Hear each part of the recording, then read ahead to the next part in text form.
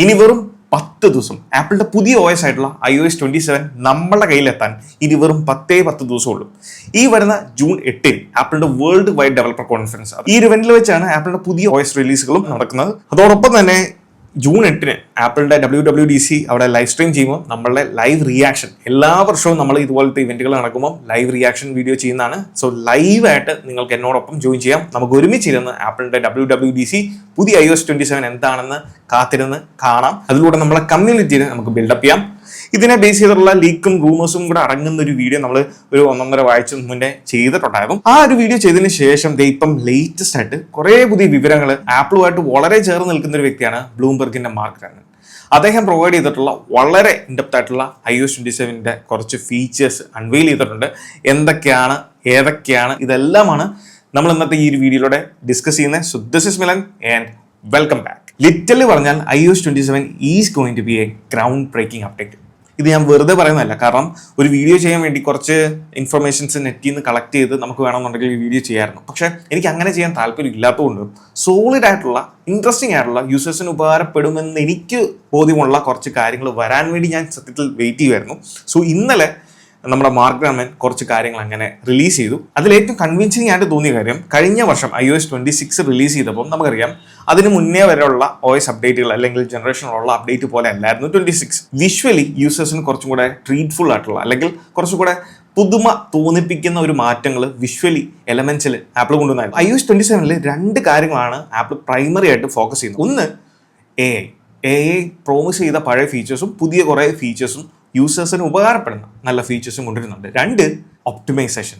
അത് older generation device മുതലായിക്കോട്ടെ, latest generation ഡിവൈസിലാണെങ്കിലും മാക്സിമം ഡിവൈസിന് പെർഫോമൻസ് പ്രൊവൈഡ് ചെയ്യാൻ സാധിക്കുന്ന രീതിയിലുള്ള കുറേ കൂടെ സ്റ്റേബിൾ ആയിട്ടുള്ള, പ്രത്യേകിച്ച് ഒപ്റ്റിമൈസേഷൻ ആൻഡ് സ്റ്റെബിലിറ്റി ആൻഡ് അതോടൊപ്പം ബാറ്ററി ഇംപ്രൂവ്മെന്റ്. സോ ഈ മൂന്നും കൂടെ ചേർന്ന് ഒപ്റ്റിമൈസേഷനിലും AIയിലുമാണ് iOS 27 വരുമ്പം ആപ്പിൾ പ്രധാനപ്പെട്ട ഫോക്കസ് കൊടുത്തേക്കുന്നത്. സോ അതിനെ തെളിയിക്കുന്ന കുറേ അധികം പുതിയ ഫീച്ചേഴ്സ് ആണ് നമുക്കിപ്പോൾ അറിയാൻ സാധിച്ചത്. ഇനി മാർക്ക് റാനൻ പ്രൊവൈഡ് ചെയ്തിട്ടുള്ള iOS 27 ലീക്കുകളിലേക്ക് പോകുമ്പോൾ അതിൽ വളരെ പ്രധാനപ്പെട്ട ശ്രദ്ധേയമായിട്ടുള്ള കാര്യമാണ് Siri 2.0 എന്ന് പറയുന്നത്. അതിന്റെ ഒരു കോൺസെപ്റ്റ് അല്ലെങ്കിൽ ക്രിയേറ്റഡ് ആയിട്ടുള്ള സ്ക്രീൻഷോട്ടാണ് നിങ്ങൾ ഈ കാണുന്നത്. അതിൽ നിങ്ങൾക്ക് കാണാം ഏറ്റവും മുകളിൽ കാണുന്നത് അത് ആക്ച്വലി പുതിയ സിറിയാണ്. സോ ഡൈനാമിക് ഐലൻഡിൽ നിന്ന് സിറിനെ ഇൻവോക്ക് ചെയ്യുമ്പോൾ എങ്ങനെ ആകും അല്ലെങ്കിൽ സിറി എങ്ങനെ ആയിരിക്കും വരുന്നത് എന്നുള്ളതിന്റെ ഒരു ആനിമേഷനാണ് നിങ്ങളെ കാണുന്നത്.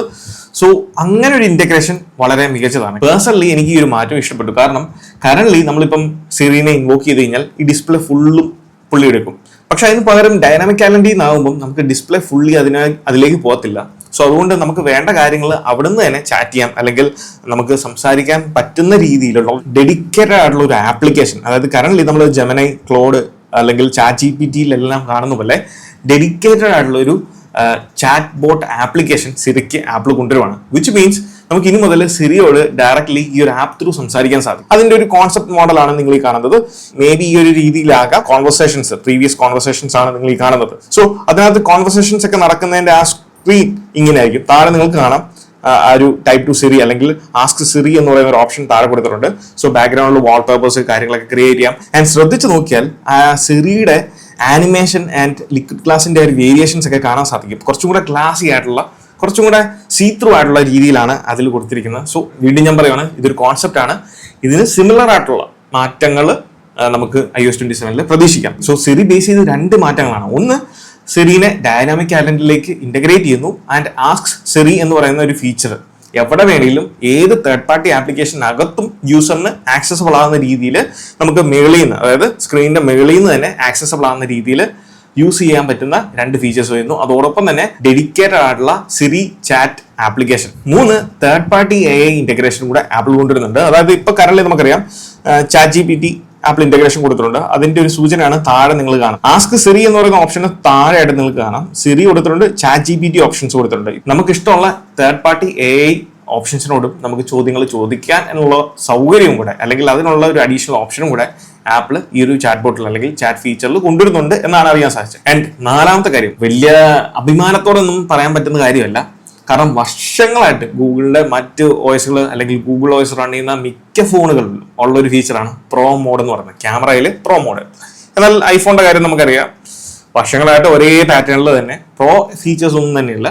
ഇപ്പം പ്രോ ഐഫോണിലാണെങ്കിൽ പോലും അതിന് പ്രോ എന്ന് പറയാൻ സാധിക്കുന്ന അല്ലെങ്കിൽ ആ പേരിന് ചേരുന്ന തരത്തിലുള്ള ഒരു പ്രോ ഫീച്ചേഴ്സ് പോലും ആ ഫോണിലോ അല്ലെങ്കിൽ ഓപ്ഷൻസ് ഒന്നും കൊടുത്തിട്ടില്ല. എന്നാൽ finally Apple pro mode camera ആപ്ലിക്കേഷനിലേക്ക് കൊണ്ടുവരുന്നു. അതിൽ പ്രധാനമായിട്ടും AI ഇന്റഗ്രേഷൻ ആപ്പിൾ കൊണ്ടുവരുന്നു. നമുക്ക് കാണാം വിഷ്വൽ ഇന്റലിജൻസിന്റെ ഫീച്ചേഴ്സ് ബിൽറ്റ് ഇൻ ക്യാമറയിലേക്ക് കൊടുക്കുന്നു.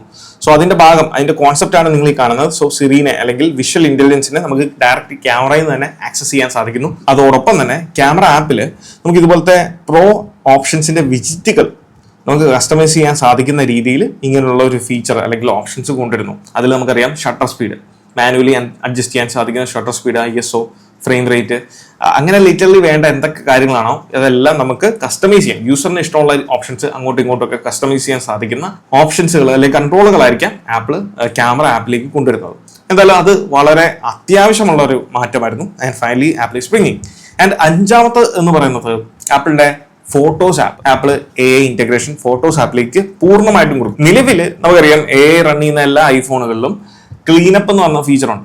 അത് മറ്റുള്ള കോമ്പറ്റീഷൻ കമ്പനീസുമായിട്ട് നോക്കുമ്പം നമ്മുടെ ആപ്പിളിന്റെ ക്ലീനപ്പ് പോരാ എന്ന് വേണം പറയാൻ. കാരണം ചില കാര്യങ്ങളൊക്കെ മോശമായിട്ടുള്ള രീതിയിലായിരിക്കും ക്ലിയർ ചെയ്യുന്നത്, ചില കാര്യങ്ങളൊക്കെ വലിയ കുഴപ്പമില്ലാതെ നമ്മൾ അറിയത്തോലുമില്ല, പക്കായിട്ടായിരിക്കും ക്ലിയർ ചെയ്യുന്നത്. എന്നാൽ കോംപ്ലിക്കേറ്റഡ് ആയിട്ടുള്ള ഒരു കാര്യത്തിലേക്ക് വരുമ്പം ആപ്പിളിന്റെ ക്ലീനപ്പ് പോരാ. എന്നാൽ ആ ക്ലീനപ്പ് എന്ന് പറയുന്ന ഫീച്ചറിനെ ഇംപ്രൂവ് ചെയ്യുന്നുണ്ട്. അഡീഷണലി 2 ഫീച്ചേഴ്സും കൂടെ ആപ്പിൾ കൊണ്ടുവരുന്നു എന്നാണ് അറിയാൻ സാധിച്ചത്. അതിലൊന്നാണ് റീഫ്രെയിം, അതോടൊപ്പം തന്നെ എക്സ്പാൻഡ്. അതായത് ഉള്ള ഫോട്ടോനെ, നമ്മൾ എടുത്തിരിക്കുന്ന പിക്ചറിനെ നമുക്ക് എക്സ്പാൻഡ് ചെയ്യാം, ആ ഫോട്ടോ വലുതാക്കുന്ന രീതിയിൽ പുതിയ കുറച്ച് കണ്ടന്റുകൾ നമുക്ക് ആ ഫോട്ടോയിലേക്ക്, ഇമേജിലേക്ക് ഫില്ല് ചെയ്യുന്ന രീതിയിൽ എക്സ്പാൻഡ് ചെയ്യാൻ സാധിക്കുന്ന ഒരു AI ഫീച്ചർ വരുന്നു. അതോടൊപ്പം തന്നെ റീഫ്രെയിം, നമ്മൾ എടുത്തിരിക്കുന്ന ഫോട്ടോയുടെ പെർസ്പെക്റ്റീവ് മാറ്റി നമുക്ക് മറ്റൊരു പെർസ്പെക്റ്റീവിൽ നിന്ന് ആ ഒരു ഫോട്ടോ എടുത്താൽ എങ്ങനെ ഇരിക്കും എന്നുള്ള രീതിയിൽ റീഫ്രെയിം ചെയ്യാനുള്ള ഫീച്ചറും ആപ്പിൾ ഫോട്ടോസ് ആപ്പിലേക്ക് ഇന്റഗ്രേറ്റ് ചെയ്യുന്നു എന്നാണ് അറിയാൻ സാധിച്ചത്. സോ ഈ പറഞ്ഞ ഫീച്ചേഴ്സ് എല്ലാം തന്നെ എനിക്ക് തോന്നുന്നു ഒരു 90% കൺഫേം ആണ്. കാരണം മാർക്ക് ഗർമൻ ആണ് ഇത്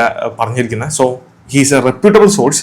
സോ അതുകൊണ്ട് തന്നെ നമുക്ക് ഒരു പരിധി വരെ വിശ്വസിക്കാൻ സാധിക്കുന്നതാണ്. സോ ഫൈനലി അങ്ങനെ ആപ്പിൾ iOS 27 തിരികെ ഈ പറഞ്ഞ പഴയ പ്രോമിസുകളും അതോടൊപ്പം പുതിയ കുറെ AI ഫീച്ചേഴ്സും കൊണ്ടുവന്നോടെ ആപ്പിൾ ആ AI ഗെയിമിലേക്ക് തിരിച്ചു വരുവാണ്. പ്രത്യേകിച്ച് കോമ്പറ്റീഷനിലേക്ക് വെക്കുമ്പോൾ ഗൂഗിൾ ആയിക്കോട്ടെ, സാംസങ് ഒക്കെ ആയിക്കോട്ടെ, അവരെല്ലാം നല്ല രീതിയിൽ, വലിയ രീതിയിൽ വാസ്റ്റ് ആയിട്ടുള്ള AI ഇന്റഗ്രേഷൻ ഫീച്ചേഴ്സ് ആണ് ഓൾ അക്രോസ് പ്ലാറ്റ്ഫോം OSൽ കൊടുത്തിരിക്കുന്നത്. സോ ആപ്പിൾ ആ ഒരു കാര്യത്തിലേക്ക് വളരെ താമസിച്ചാണെങ്കിലും വളരെ യൂസേഴ്സിന് ഉപകാരപ്പെടുന്ന, പ്രയോജനപ്പെടുന്ന ഫീച്ചേഴ്സുമായിട്ട് എന്തായാലും വരുന്നുണ്ട്. നമുക്ക് എന്തായാലും കാത്തിരുന്ന് കാണാം ഈ പറഞ്ഞതിൽ എന്തൊക്കെയാണ് വരാൻ പോകുന്നത്. അല്ലെങ്കിൽ നമ്മൾ പ്രതീക്ഷിക്കുന്നതിന് അപ്പുറത്ത് നമ്മളെ സർപ്രൈസ് ചെയ്യുന്ന എന്തെങ്കിലും എലമെന്റുകളോ അല്ലെങ്കിൽ ഫീച്ചേഴ്സോ കാര്യങ്ങളോ ഒക്കെ ആപ്പിൾ കൊണ്ടുവരുമോ ഇല്ലയോ എന്നുള്ളത് നമുക്ക് കാത്തിരുന്ന് കാണാം. എന്തായാലും ഒരു കാര്യം ഉറപ്പാണ്, iOS 27 AI ബേസ്ഡ് ആയിട്ടുള്ള നിരവധി ഫീച്ചേഴ്സ് കാണും. അതോടൊപ്പം ഒപ്റ്റിമൈസേഷൻ. ആൻഡ് ഈ വീഡിയോയിൽ നമ്മളിപ്പം എക്സ്പ്ലെയിൻ ചെയ്യാത്ത പല ഫീച്ചേഴ്സും അതിൽ കാണും. ഏത് ഫീച്ചേഴ്സ് കൊണ്ടുവന്നാലും യൂസേഴ്സിന് നല്ല രീതിയിൽ യൂസ് ചെയ്യാൻ പറ്റത്തില്ല എന്നുണ്ടെങ്കിൽ എന്തൊക്കെ ഫീച്ചേഴ്സ് കൊണ്ടുവന്നിട്ടും കാര്യമില്ല. സോ ആപ്പിളിന് യൂസേഴ്സിന്റെ ഇടയിലുള്ള ആ ഒരു പോരായ്മകളൊക്കെ നികത്തിക്കൊണ്ട് ബെറ്റർ ആയിട്ടുള്ള ഒരു പെർഫോമൻസും ഒപ്റ്റിമൈസേഷനും ബാറ്ററി പെർഫോമൻസും എല്ലാം തന്നുകൊണ്ട് നമുക്ക് നല്ല രീതിയിലുള്ള ഒരു OS അപ്ഡേറ്റ് ആയിട്ട് iOS 27 മാറട്ടെ എന്ന് നമുക്ക് പ്രതീക്ഷിക്കാം. സോ എഗെയിൻ June 8 ആപ്പിളിന്റെ ലൈവ് ഇവന്റ് നടക്കുമ്പോൾ നമ്മൾ ലൈവ് റിയാക്ഷൻ നമ്മുടെ യൂട്യൂബ് ചാനലിൽ ചെയ്യുന്നതായിരിക്കും. സോ നമുക്ക് ഒരുമിച്ചിരുന്ന് ഈ ഒരു ഇവന്റ് കാണാം. So stay tune. അപ്പോൾ ഈ ഒരു വീഡിയോ നിങ്ങൾക്ക് ഇഷ്ടമായെന്ന് വിചാരിക്കുന്നു. ഈ വീഡിയോ ഇഷ്ടമായ തീർച്ചയായിട്ടും പോയി നമ്മുടെ ലൈക്ക് ബട്ടൺ സ്മാഷ് ചെയ്യുക. So once again this is Milan. Catch you guys next one. Until then, peace.